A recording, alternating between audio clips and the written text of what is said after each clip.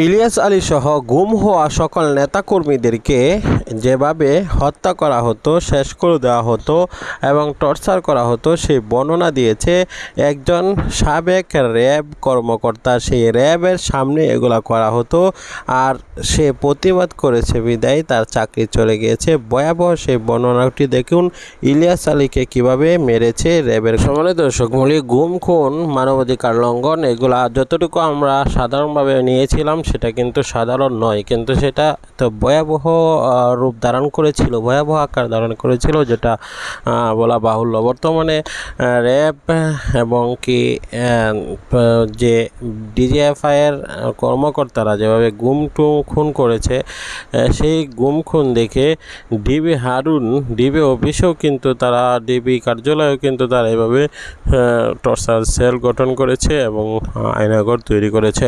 প্রত্যেকটি বাহিনী যেন আয়নাঘরের উপরে তারা ভরসা করে ফেলেছিল।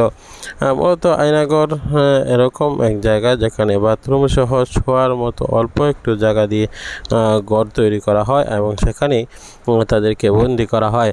আয়নাঘরের বসবাসরত ব্যক্তিদের বক্তব্য আমরা শুনেছি এবং ইলিয়াস আলীর মৃত্যুর বিষয়টা যখন আমাদের সামনে আসছে তখন আমরা খুবই হতাহত হয়েছি এবং খুবই কষ্ট পেয়েছি।